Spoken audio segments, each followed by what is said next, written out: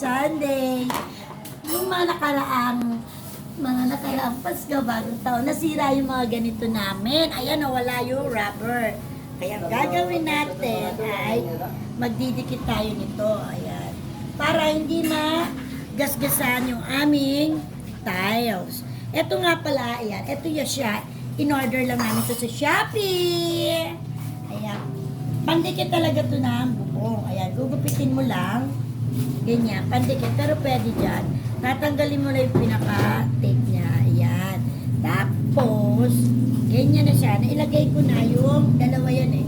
Babalutan pa natin dito. Ganyan. Ayan. Para hindi siya matanggal. O, diba? Ganyan. Para hindi magasgasan yung aming tiles. Meron na akong nagawa kanina lang. Ito siya, oh. Look. Ayan. Ayan. Ganyan. Ayan.